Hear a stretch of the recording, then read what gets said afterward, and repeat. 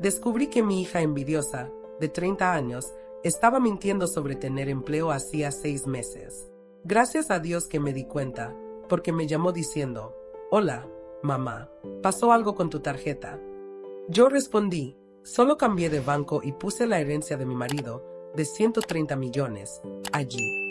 La reacción de esa bruja lo cambió todo. Soy Marlene, tengo 65 años, y creí que conocía a mi hija Beatriz. 2 años después de perder a mi esposo Carlos, pensé que ella se había convertido en mi apoyo, mi compañía en esta casa que de repente se sintió demasiado grande y silenciosa. Qué equivocada estaba. Todo comenzó con esa llamada extraña. Era un martes por la mañana, yo estaba preparando café como siempre, cuando sonó mi teléfono. El nombre de Beatriz apareció en la pantalla y sentí esa mezcla de alegría y preocupación que siempre me provocaba. Durante estos 2 años, ella había estado viniendo más seguido, ayudándome con las compras, acompañándome al médico. Al principio pensé que era su manera de lidiar con la pérdida de su padrastro. «Hola, mamá». Su voz sonaba diferente, más tensa de lo usual. «¿Pasó algo con tu tarjeta?».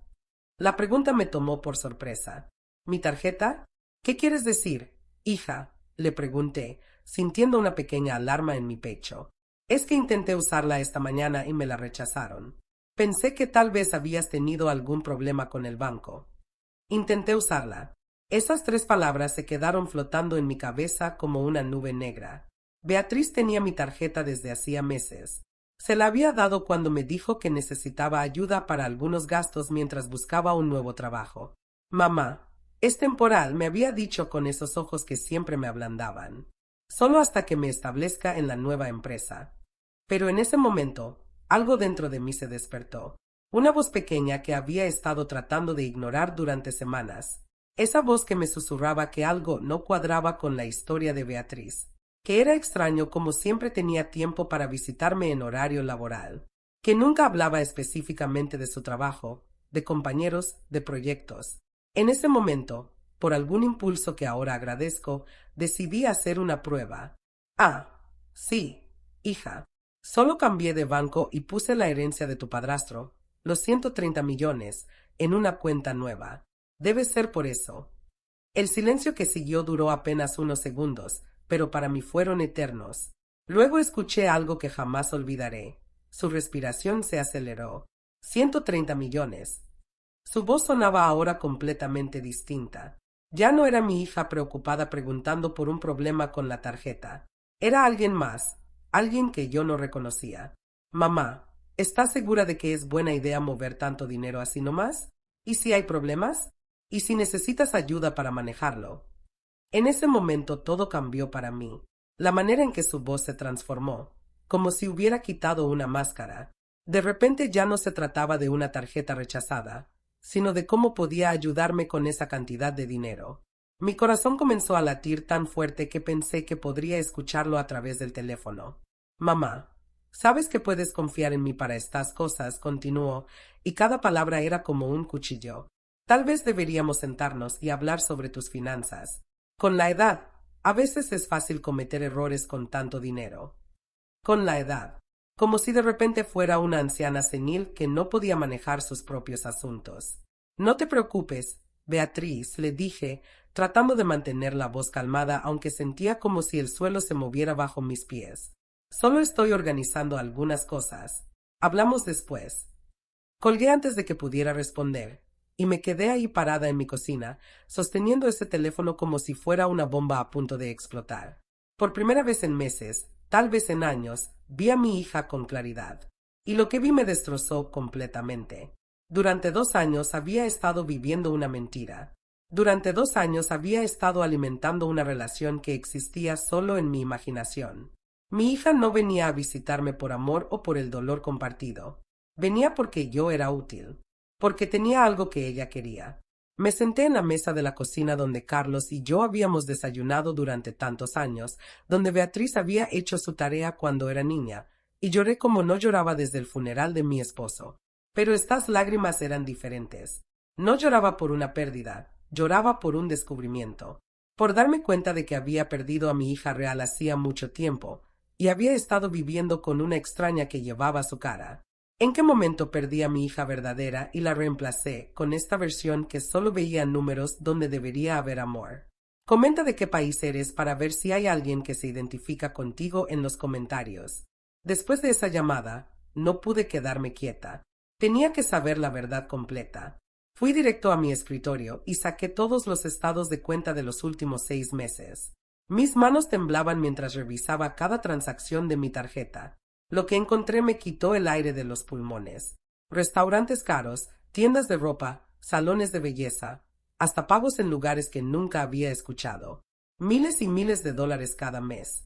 Beatriz había estado viviendo como una reina con mi dinero mientras me contaba la historia de que apenas estaba saliendo adelante buscando trabajo. El total era devastador. En 6 meses había gastado más de $80,000. Llamé a mi banco inmediatamente. Señora Marlene, me dijo el gerente cuando le expliqué la situación. Veo aquí que la tarjeta adicional ha tenido actividad muy constante. ¿Quiere que le envíe un reporte detallado por email? Cuando llegó ese reporte 1 hora después, mi corazón se partió en pedazos. No solo había gastado mi dinero, sino que había mentido sobre cada centavo. Pero lo peor vino después. Recordé una conversación que había tenido la semana anterior con mi vecina Elena. Tu hija se ve muy bien últimamente, me había dicho. La vi en el centro comercial con unas amigas comprando carteras muy caras. Debe estar yendo muy bien en su nuevo trabajo. Nuevo trabajo. Esas palabras ahora sonaban como una burla cruel. Esa tarde decidí hacer algo que nunca había hecho, espiar a mi propia hija. Me senté junto a la ventana de mi sala con una taza de té que se fue enfriando mientras esperaba. Beatriz había dicho que tenía una entrevista de trabajo importante a las 3 de la tarde. Quería ver si realmente se iba vestida para una entrevista o si era otra mentira más. A las 3:30 la vi salir de su apartamento. No llevaba ropa de entrevista.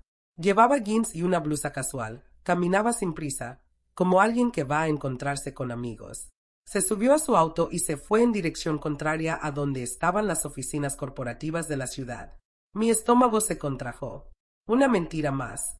Esa noche, algo que nunca había hecho antes, busqué a Beatriz en redes sociales. Carlos siempre se burlaba de mí por no entender esas cosas de Internet, pero había aprendido lo básico después de su muerte para sentirme menos sola. Lo que encontré en el perfil de mi hija me destrozó completamente. Fotos de los últimos meses en restaurantes que costaban más que mi mercado de un mes entero. Viajes de fin de semana a lugares que yo nunca podría costear. Ropa nueva, zapatos caros, noches en hoteles boutique. Y en cada foto se veía radiante, feliz, viviendo una vida de lujo. Una vida que yo estaba financiando sin saberlo. Pero lo que realmente me mató fueron los comentarios de sus amigas. ¡Qué envidia! Viviendo la vida sin preocupaciones. Ojalá yo tuviera tu suerte de no tener que trabajar. Una amiga había comentado, ¿cuándo me vas a contar tu secreto para vivir así sin trabajar?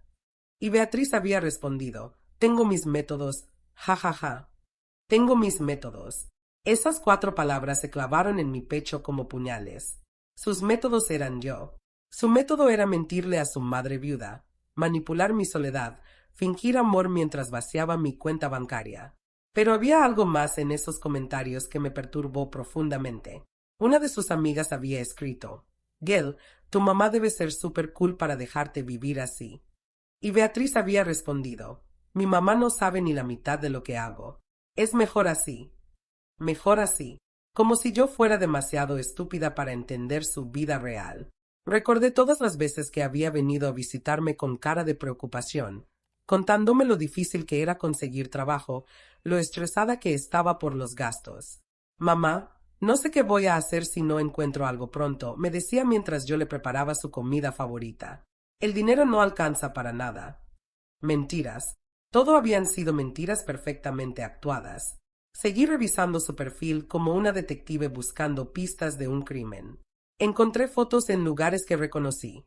El spa donde había ido para relajarse del estrés de las entrevistas, el restaurante donde había celebrado una posible oportunidad de trabajo, la tienda donde había comprado un traje para impresionar en las entrevistas. Todo pagado con mi tarjeta, todo envuelto en mentiras cuidadosamente construidas. Y entonces vi algo que me heló la sangre. Una foto de hace 3 semanas donde estaba en un bar elegante con un grupo de gente que no reconocí. El comentario decía, Gracias por la cena, chicos, cortesía de mi benefactora favorita guiño punto. Benefactora. Ni siquiera tenía la decencia de llamarme su madre. Era su benefactora. Me senté en mi cama esa noche, sosteniendo una foto vieja donde estábamos Carlos, Beatriz cuando tenía 15 años, y yo. Éramos felices entonces. Éramos una familia real. ¿En qué momento perdí a esa niña dulce que solía abrazarme y decirme que era la mejor mamá del mundo? ¿Cuándo se convirtió en esta extraña que me veía como un cajero automático, con sentimientos? No pude dormir esa noche. Me quedé despierta pensando en todos los sacrificios que había hecho por ella. Cuando Carlos murió, yo podría haber vendido la casa y mudarme a un lugar más pequeño, viajar, disfrutar mi dinero. Pero me quedé aquí, en esta casa llena de recuerdos, porque pensé que Beatriz me necesitaba cerca, porque pensé que yo le importaba. Pensé en todas las noches que había pasado preocupada por ella, imaginándola comiendo pasta barata en su apartamento, luchando para llegar a fin de mes. Mientras tanto, ella estaba cenando langosta y bebiendo champagne con mis tarjetas. El nivel de engaño era tan profundo, tan cruel, que me costaba respirar. Al día siguiente me levanté, sintiéndome como si hubiera envejecido 10 años en una noche. Mientras preparaba mi café matutino, el teléfono sonó. Era Beatriz otra vez. Mi corazón se aceleró, pero esta vez no de alegría, sino de una mezcla de dolor y rabia que no sabía cómo manejar. Mamá, estuve pensando toda la noche en lo que me dijiste ayer. Su voz sonaba dulce, manipuladora. Sobre los 130 millones. Creo que realmente deberías dejar que te ayude a manejar eso. Es mucho dinero para una persona sola. Una persona sola. Como si de repente fuera incompetente por ser viuda. ¿Te ayude cómo? Le pregunté, aunque ya sabía hacia dónde iba la conversación. Bueno, podríamos abrir una cuenta conjunta, por ejemplo. Así yo puedo ayudarte con los pagos, las inversiones, ese tipo de cosas. Tú no tienes que preocuparte por nada. Una cuenta conjunta. Quería acceso directo a toda la herencia de Carlos. Pero ahora yo sabía exactamente lo que estaba haciendo. Y por primera vez en 2 años, en lugar de sentir el impulso maternal de complacerla, sentí algo completamente diferente. Sentí rabia. Una rabia fría y calculadora que me sorprendió a mí misma. Mi hija no solo era una mentirosa. Era una depredadora que había estado cazándome lentamente durante meses. Claro, hija, le respondí con una calma que me sorprendió a mí misma. Pero primero necesito entender algo. ¿Cómo vas con la búsqueda de trabajo? Hubo una pausa apenas perceptible antes de que respondiera. Bueno, mamá, ya sabes cómo está el mercado. Pero tengo algunas entrevistas pendientes. Mentiras, más mentiras saliendo de su boca como si respirar. Después de colgar, tomé una decisión que cambiaría todo. Iba a contratar a un investigador privado. Sonaba dramático, pero necesitaba saber exactamente qué había estado haciendo mi hija durante estos 6 meses. Carlos siempre decía que la información era poder, y yo necesitaba todo el poder que pudiera conseguir. El investigador se llamaba Roberto Mendoza, un hombre serio de unos 50 años que había sido recomendado por mi abogado. Señora Marlene, me dijo cuando le expliqué la situación, estos casos de abuso financiero familiar son más comunes de lo que cree. ¿Qué específicamente necesita saber? Le dije que quería saber todo, dónde iba, con quién se juntaba, cómo realmente pasaba sus días. Una semana después, Roberto me llamó para una reunión. Lo que me mostró fue peor de lo que había imaginado. Tenía fotos, recibos, hasta grabaciones de conversaciones que Beatriz había tenido en lugares públicos. Su hija, señora Marlene, no solo no está buscando trabajo, ha estado diciéndoles a sus amigos que usted es una vieja rica y solitaria que ella puede manipular fácilmente. Las fotos mostraban a Beatriz viviendo como una socialité. Almuerzos de 3 horas en restaurantes donde una comida costaba más que lo que muchas familias gastan en una semana. Spas, salones de belleza, tiendas de ropa donde una blusa costaba $1000.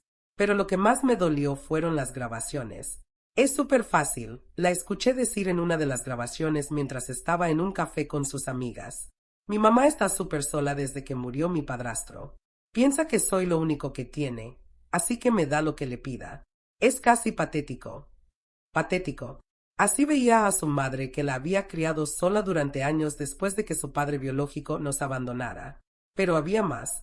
Roberto me mostró recibos de una joyería cara donde Beatriz había comprado un anillo de $5,000. Cuando le pregunté para quién era, me dijo: «Señora, ahí es donde se pone interesante.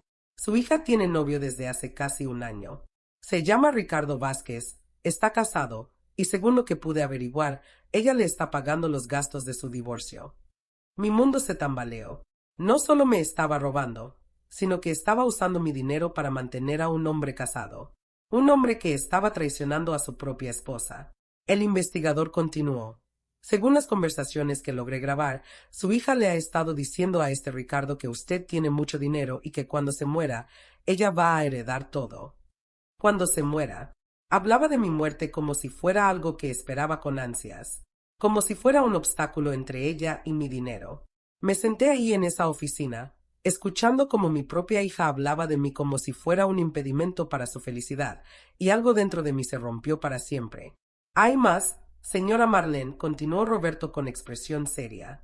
«Su hija ha estado diciéndoles a sus amigos que usted está empezando a mostrar signos de demencia, que se olvida de las cosas, que a veces no sabe qué día es.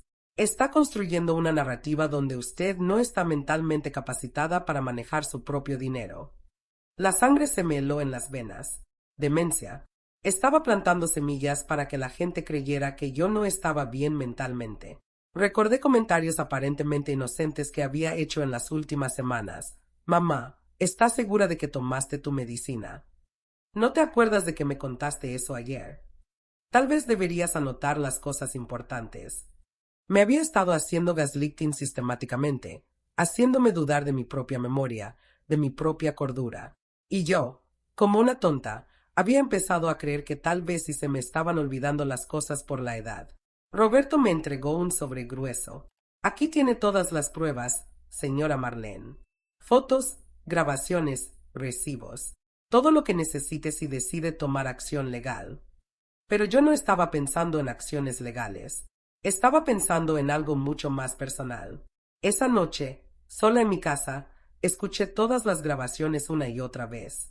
En una de ellas, Beatriz le decía a una amiga: «Mi mamá es tan ingenua. Piensa que realmente la visito porque la extraño. La verdad es que es súper aburrida. Solo habla de mi papá muerto y de lo sola que está. Pero hey, me paga bien por escucharla. Me paga bien por escucharla. Mi amor maternal, mis lágrimas, mi soledad, mis recuerdos de Carlos, todo era un trabajo para ella. Un trabajo muy bien pagado, donde tenía que fingir que le importaba su madre viuda y desesperada». En otra grabación, la escuché hablando con Ricardo: «Una vez que tenga acceso a toda su cuenta, nos vamos a poder ir a donde queramos. Ella ya está vieja, no le queda mucho tiempo de todas formas. No le queda mucho tiempo. Estaba planeando mi muerte mientras me robaba en vida».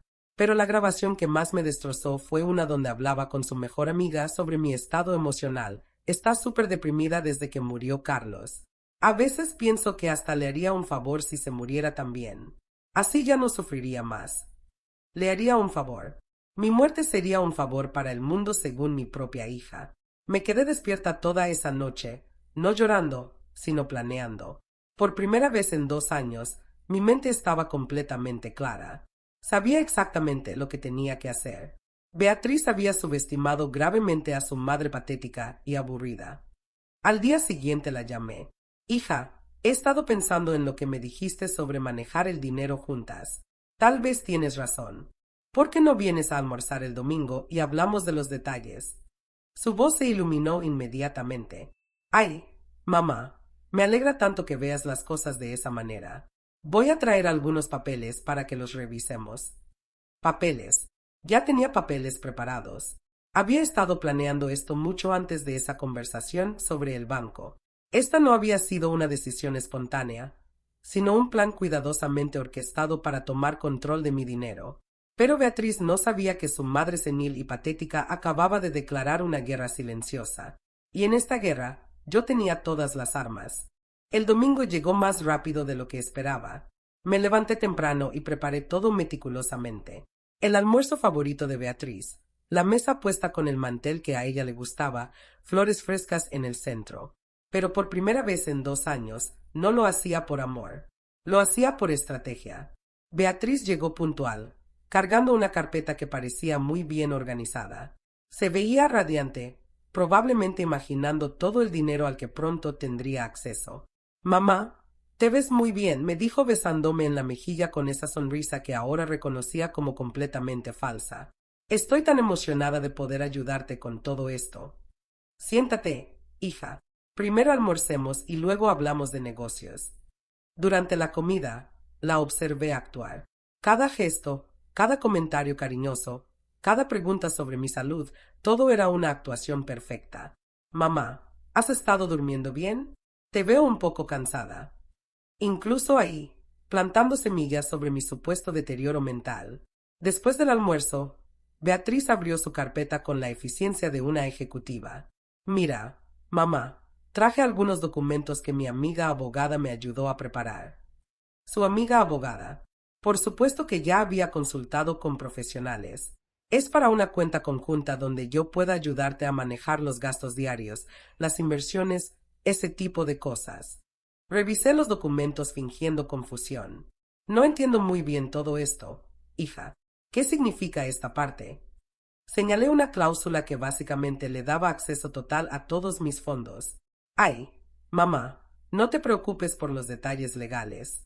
Es solo para que yo pueda ayudarte mejor. Tú sabes que siempre voy a cuidar tus intereses. ¿Y si algo me pasa a mí? Le pregunté, actuando como la viuda vulnerable que ella creía que era. ¿Qué pasa con el dinero? Sus ojos brillaron por una fracción de segundo antes de responder. Bueno, mamá, si algo te llegara a pasar, yo me encargaría de todo. Tú sabes que nadie más te conoce como yo te conozco. Nadie más me conoce. Qué ironía. Ella no me conocía para nada. Conocía la versión débil y manipulable que yo había estado interpretando sin darme cuenta durante 2 años. Pero esa mujer ya no existía. ¿Sabes qué, Beatriz? Le dije, dejando los papeles sobre la mesa. Antes de firmar esto, hay algo que necesito contarte. Su expresión cambió ligeramente. Una pequeña tensión apareció alrededor de sus ojos. Hace unos días contraté a un investigador privado. El color desapareció de su cara como si alguien hubiera drenado toda la sangre de su cuerpo. ¿Un investigador? ¿Para qué? Su voz sonaba forzada, como si le costara trabajo hablar. Para averiguar qué has estado haciendo realmente estos 6 meses, hija, porque algo me decía que tu historia sobre buscar trabajo no era completamente cierta. Me levanté y fui hacia mi escritorio, donde tenía preparado el sobre que Roberto me había dado. ¿Sabes lo que encontré? Saqué las primeras fotos y las puse sobre la mesa. Beatriz miraba las imágenes como si fueran serpientes venenosas. Encontré que mi hija, que supuestamente estaba pasando dificultades económicas, estaba gastando más en una comida de lo que muchas familias ganan en una semana. Mamá, ¿puedo explicar? Comenzó a decir, pero levanté mi mano para silenciarla. No, hija. Ahora habla mamá. Saqué más fotos, los recibos, los estados de cuenta bancarios. $80,000 en 6 meses. Eso es lo que gastaste de mi dinero mientras me mentías en la cara sobre estar buscando trabajo. Las lágrimas comenzaron a brotar de sus ojos, pero ya no me conmovían. Eran lágrimas de pánico, no de arrepentimiento. Y saqué la pequeña grabadora que Roberto me había dado. Esto es lo más interesante de todo. Presioné play y su propia voz llenó el comedor. Es súper fácil. Mi mamá está súper sola desde que murió mi padrastro. Piensa que soy lo único que tiene, así que me da lo que le pida. Es casi patético. Beatriz se puso pálida como un fantasma. Mamá, eso fue sacado de contexto. ¿En serio? Presioné play otra vez. Mi mamá es tan ingenua. Piensa que realmente la visito porque la extraño. La verdad es que es súper aburrida. Solo habla de mi papá muerto y de lo sola que está. Pero hey, me paga bien por escucharla. Basta, susurró Beatriz, pero yo no había terminado. Ah, pero espera, hay más. Puse la grabación donde hablaba de mi muerte como algo conveniente. No le queda mucho tiempo de todas formas. Y esta es mi favorita, dije con una frialdad que me sorprendió a mí misma. A veces pienso que hasta le haría un favor si se muriera también. Beatriz se derrumbó en su silla como si alguien hubiera cortado las cuerdas que la sostenían. Mamá, yo nunca quise. ¿Nunca quisiste qué? ¿Nunca quisiste que me muriera para heredar mi dinero? ¿Nunca quisiste robarme $80,000? ¿Nunca quisiste usar mi dinero para mantener a tu novio casado? Sus ojos se abrieron como platos. No sabía que yo sabía sobre Ricardo. Sí, hija. También sé sobre Ricardo Vázquez. Sé que le estás pagando el divorcio con mi dinero. Sé que has estado planificando una vida juntos financiada por la herencia de tu padrastro muerto. Beatriz comenzó a llorar de verdad ahora, sollozos desesperados que habrían quebrado mi corazón hace una semana. Pero ya no. Mamá, por favor, déjame explicarte. Las cosas no son como parecen. ¿No son como parecen? Tengo grabaciones, fotos, recibos. ¿Qué parte no es como parece? Estaba confundida, estaba dolida por la muerte de papá Carlos, no sabía lo que hacía. No uses la muerte de Carlos para justificar lo que me has hecho, le dije con una voz tan fría que ni yo la reconocí. Carlos te amaba como si fuera su propia hija. Él se voltearía en su tumba si supiera lo que has estado haciendo con el dinero que él trabajó tanto para ganar. Me senté frente a ella, mirándola directamente a los ojos. ¿Sabes lo que más me duele, Beatriz? No es el dinero. Es que durante 2 años he estado llorando sola en esta casa, extrañando a tu padre, sintiendo como si mi vida hubiera perdido sentido. Y tú, mi única hija, la persona que se suponía que me amara, me has estado viendo como una idiota patética de la que te puedes aprovechar. No es así, mamá, yo sí te amo. ¿Me amas? ¿Amas a alguien a quien llamas patética? ¿Amas a alguien cuya muerte sería un favor para el mundo? Beatriz no pudo responder. No tenía respuestas porque no había manera de explicar lo inexplicable. Pero ¿sabes qué? Hija, le dije levantándome de la mesa. Resulta que tu madre patética y senil te tenía preparada una sorpresa. La mirada de terror en sus ojos me dijo que sabía que lo que venía a continuación cambiaría todo para siempre. ¿Sabes qué hice el viernes pasado, Beatriz? Le pregunté, caminando lentamente alrededor de la mesa como un abogado interrogando a un testigo. Fui a mi banco, el mismo banco donde, según tú, puse los 130 millones de la herencia de Carlos. Sus ojos me siguieron con la desesperación de alguien que sabía que se acercaba el final. Y le dije a mi gerente algo muy interesante. Le dije que quería hacer una donación. Una donación muy grande a 3 organizaciones benéficas que ayudan a mujeres viudas que han sido abusadas financieramente por sus propios hijos. Beatriz se puso de pie bruscamente. ¿Qué quieres decir con donación? 120 millones de dólares, Beatriz. Los doné todos, en vida, irrevocablemente. Las palabras cayeron sobre ella como una sentencia de muerte. Se tambaleó y tuvo que agarrarse del respaldo de la silla para no caerse. No puedes haber hecho eso. Es tu dinero, es mi herencia. Tu herencia, repetí con una sonrisa que no tenía nada de maternal. Qué interesante que uses esas palabras. Porque técnicamente, mientras yo esté viva, no tienes herencia. Y resulta que decidí gastar mi dinero en algo que realmente me importa, proteger a otras madres de hijas como tú. Beatriz comenzó a caminar de un lado a otro como un animal enjaulado. Mamá, tienes que deshacer eso. Tienes que llamar al banco. Ese dinero era para mí, era para nosotros, era para la familia. ¿Para la familia? ¿Cuál familia? ¿La familia donde la hija roba a la madre? ¿La familia donde llaman patética a la matriarca? Esa familia. Estaba enojada. Dije cosas que no pensaba, gritó desesperada. La gente dice cosas cuando está molesta, mamá. Tú lo sabes. 6 meses, Beatriz. 6 meses de mentiras sistemáticas. 6 meses de robarme mientras fingías amarme. 6 meses de construcción meticulosa de una narrativa donde yo era una vieja senil. Eso no es enojo, eso es psicopatía. La palabra psicopatía la golpeó como una bofetada. No soy una psicópata. Soy tu hija. Mi hija murió hace mucho tiempo. La mujer que tengo enfrente es una extraña que lleva la cara de mi hija, pero que tiene el alma de una depredadora. Beatriz se acercó a mí con los brazos extendidos, tratando de abrazarme. Mamá, por favor. Podemos arreglar esto. Podemos ir a terapia juntas. Podemos. Me alejé de ella como si fuera radioactiva. No me toques. No tienes derecho a tocarme después de lo que me has hecho. Pero todavía queda dinero, ¿verdad? Su desesperación era palpable. Tienes que tener algo guardado. Tienes la casa, tienes.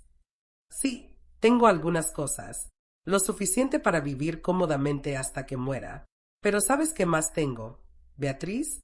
Tengo un testamento nuevo. Su cara se descompuso completamente. En ese testamento, continué con calma, específicamente declaro que tú no recibirás ni un centavo de lo que quede cuando yo muera. Todo irá a las mismas organizaciones benéficas, y incluido todas las grabaciones, todas las fotos, toda la evidencia de tu abuso financiero como justificación legal. No puedes hacer eso. Soy tu única hija. Las leyes de herencia. Las leyes protegen a los hijos que no han abusado de sus padres. Tengo documentación legal de 6 meses de abuso financiero sistemático. Ningún juez del mundo te va a dar lo que no mereces. Beatriz se desplomó en el suelo del comedor, llorando como una niña pequeña. Pero ya no veía a una niña. Veía a una mujer de 30 años que había calculado fríamente cómo explotar el dolor de una madre viuda. ¿Y ahora qué voy a hacer?, sollozó. ¿Cómo voy a vivir? De la misma manera que millones de personas viven todos los días, le respondí sin una pizca de compasión. Trabajando, ganándote tu propio dinero con tu propio esfuerzo, como tu madre lo hizo durante 30 años para construir lo que tú creías que podías robar. Ricardo va a dejarme cuando sepa que no tengo dinero, lloró. Probablemente acepté, porque los hombres que dejan a sus esposas por dinero no son exactamente modelos de lealtad. Pero esa ya no es mi preocupación. Beatriz, tú hiciste tu cama, ahora duerme en ella. Me dirigí hacia la puerta del comedor, pero me detuve antes de salir. Ah, y una cosa más. Cuando salgas de esta casa hoy, no vuelvas. Cambié las cerraduras ayer. Ya no eres bienvenida aquí. ¿Me estás echando? A tu propia hija. Estoy echando a una ladrona que casualmente comparte mi ADN. Pero soy lo único que tienes, gritó desesperada. Pensé que era lo único que tenía, la corregí. Resulta que lo que tenía era a alguien que me estaba usando. Prefiero estar sola a estar con alguien que desea mi muerte para su beneficio. Subí a mi habitación y desde la ventana la vi salir de la casa cargando su carpeta de documentos inútiles. Se quedó parada en la acera durante varios minutos, probablemente procesando que su vida perfectamente planeada acababa de implosionar completamente. La vi sacar su teléfono, probablemente para llamar a Ricardo y contarle el desastre. Me pregunté cuánto tardaría él en dejarla una vez que supiera que el dinero había desaparecido. Probablemente menos de una semana. Esa noche cené sola en mi cocina por primera vez en 2 años sin sentir tristeza. Comí el mismo almuerzo que había preparado para Beatriz, pero esta vez sabía diferente. Sabía a libertad. Me serví una copa del vino que Carlos guardaba para ocasiones especiales y brindé por él. Espero haberte hecho sentir orgulloso, le dije a la foto que teníamos en la mesa. Protegí el dinero que trabajaste tan duro para ganar. Y me protegí a mí misma. Por primera vez en 2 años, cuando me fui a dormir esa noche, no me sentí sola. Me sentí libre. Libre de las mentiras, libre de la manipulación, libre de fingir que amaba a alguien que me veía como un obstáculo para su felicidad. Mi teléfono sonó durante la noche. Era Beatriz, por supuesto. Dejé que fuera al buzón de voz. Al día siguiente había 14 mensajes. No escuché ninguno. Los borré todos sin abrirlos. La guerra había terminado. Y por primera vez en mucho tiempo, había ganado la persona correcta. Pasaron 3 meses antes de que volviera a saber algo de Beatriz. No por ella, sino por mi vecina Elena, quien aparentemente se había encontrado con ella en el supermercado. Tu hija se veía muy diferente, me dijo Elena con esa curiosidad apenas disimulada que tienen las vecinas. Más delgada, como cansada. Me preguntó por ti. ¿Y qué le dijiste?, pregunté, fingiendo interés casual mientras regaba mis plantas. Le dije que te veías muy bien últimamente, que parecías más animada. Elena no sabía cuán acertado era su comentario. Me sentía mejor que en años. Durante esos 3 meses había hecho cosas que no había hecho en décadas. Me inscribí en una clase de pintura en el centro comunitario. Conocí a otras mujeres de mi edad que también habían pasado por experiencias difíciles con familiares tóxicos. No estaba sola en esto, descubrí. El abuso financiero familiar era más común de lo que pensaba. Una de mis nuevas amigas, Carmen, había pasado por algo similar con su hijo. Al principio duele como el infierno, me había dicho mientras pintábamos paisajes marinos. Pero después te das cuenta de que por primera vez en años puedes respirar sin que alguien te esté robando el aire. También había comenzado a viajar. Pequeños viajes de fin de semana a lugares que Carlos y yo siempre habíamos planeado visitar, pero nunca encontramos tiempo. Ahora tenía todo el tiempo del mundo y nadie que me hiciera sentir culpable por gastarlo en mí misma. Un martes por la tarde, mientras leía en mi jardín, sonó el timbre. A través de la ventana vi una figura familiar parada en mi puerta. Era Beatriz, pero apenas la reconocí. Elena tenía razón, se veía muy diferente. Su ropa ya no era de diseñador, su cabello no tenía ese brillo profesional que venía de salones caros, y había algo en su postura que hablaba de derrota. No abrí la puerta. Me quedé observándola a través de las cortinas mientras ella tocaba el timbre repetidamente. Después de unos minutos, se sentó en los escalones de mi entrada y sacó su teléfono. Mi teléfono sonó casi inmediatamente. «Mamá, sé que estás ahí», dijo cuando contesté. «Vi tu auto en la entrada. Por favor, abre la puerta». «¿Qué quieres, Beatriz?» Mi voz sonaba cansada incluso para mí. «Solo quiero hablar. 5 minutos. Por favor». Contra mi mejor juicio, abrí la puerta, pero no la invité a pasar. Me quedé parada en el umbral, creando una barrera física entre nosotras. «Tienes 5 minutos», le dije mirando mi reloj. «Mamá, he estado pensando mucho en todo lo que pasó», comenzó, y pude ver que había ensayado este discurso. «Sé que cometí errores terribles. Sé que te herí de maneras imperdonables. Pero soy tu hija, y espero que puedas encontrar en tu corazón la manera de perdonarme». «¿Cómo está Ricardo?», le pregunté, ignorando completamente su súplica. Su rostro se contrajo. «Ricardo se fue la misma noche que salí de tu casa.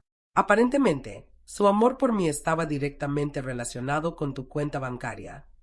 «¡Qué sorpresa!», respondí sin una pizca de simpatía. «¿Y el trabajo? ¿Ya encontraste alguno?»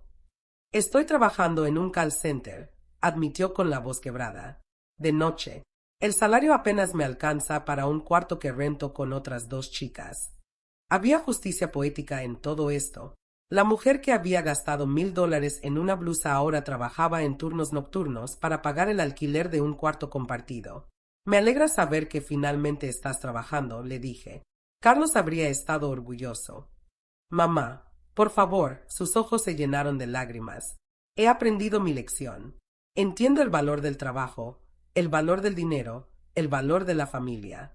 No podemos intentar reconstruir nuestra relación». La miré por un largo momento. Parte de mí, esa parte maternal que nunca muere completamente, sintió una punzada de compasión. Pero una parte más fuerte, la parte que había aprendido a valorarse a sí misma, se mantuvo firme. «Beatriz», le dije finalmente, «durante 6 meses me mentiste todos los días. Me robaste $80,000. Hablaste de mí como si fuera basura. Planeaste mi muerte como si fuera conveniente para tu agenda. Y lo más importante, me hiciste dudar de mi propia cordura». «Pero he cambiado», insistió desesperadamente. «La situación me cambió. Ahora entiendo». «Has cambiado porque las consecuencias te obligaron a cambiar», la interrumpí. «No porque genuinamente te hayas arrepentido. Si yo hubiera firmado esos papeles que trajiste, si hubiera puesto el dinero en una cuenta conjunta, ¿crees que estarías aquí pidiéndome perdón? ¿O estarías en una playa con Ricardo gastando mi herencia?» No pudo responder porque ambas sabíamos cuál era la verdad. «Tus 5 minutos se acabaron», le dije comenzando a cerrar la puerta. «Espera», me detuvo, poniendo su mano contra la puerta. «¿Qué tengo que hacer? ¿Cómo puedo arreglar esto?» «No puedes», respondí con una finalidad que me sorprendió a mí misma. «Hay cosas en la vida que no se pueden arreglar, Beatriz. Hay confianza que una vez rota, no se puede reparar. Y hay amor que una vez traicionado, no puede renacer». «Pero soy tu única familia», gritó mientras cerraba la puerta. «Soy todo lo que tienes». Sus palabras me siguieron mientras caminaba de regreso a mi sala, pero ya no me dolían, porque había aprendido algo fundamental en estos meses. Tener familia tóxica es peor que no tener familia en absoluto. Esa noche llamé a Carmen, mi amiga de la clase de pintura. ¿Sigues interesada en hacer ese viaje a Europa que habíamos planeado? Le pregunté. Por supuesto, respondió inmediatamente. ¿Cuándo quieres ir? 2 semanas después estaba en un avión rumbo a París con 3 mujeres que habían conocido en mis clases de pintura. Mujeres que, como yo, habían decidido que merecían vivir sin drama, sin manipulación, sin tener que comprar el amor con su dinero. Durante el vuelo, mientras miraba las nubes por la ventana, pensé en Carlos. Espero que entiendas lo que hice, le susurré mentalmente. Tuve que proteger lo que construiste. Pero más importante, tuve que protegerme a mí misma. En París visité el Louvre, comí en cafés pequeños, caminé por las calles sin prisa y sin culpa. Por primera vez en años, gasté dinero en mí misma sin tener que justificárselo a nadie. Compré una pintura pequeña de un artista callejero porque me gustó, no porque alguien más lo necesitara más que yo. Una tarde, mientras tomaba café en Montmartre, mi teléfono sonó. Era un número que no reconocí, pero contesté de todas formas. Señora Marlene, habla Roberto Mendoza, el investigador. Hola, Roberto. ¿Cómo está? Bien, gracias. La llamo porque pensé que le interesaría saber que su hija ha estado preguntando sobre cómo contactar con abogados especializados en impugnar testamentos. No me sorprendió. ¿Y qué le dijeron?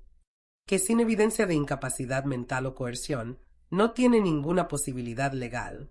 Los testimonios grabados que tenemos trabajarían en su contra, no a su favor. Después de colgar, seguí bebiendo mi café y observando a los turistas pasar. Beatriz seguía siendo la misma persona de siempre. Seguía buscando atajos, seguía tratando de obtener algo que no había ganado. Pero ya no era mi problema.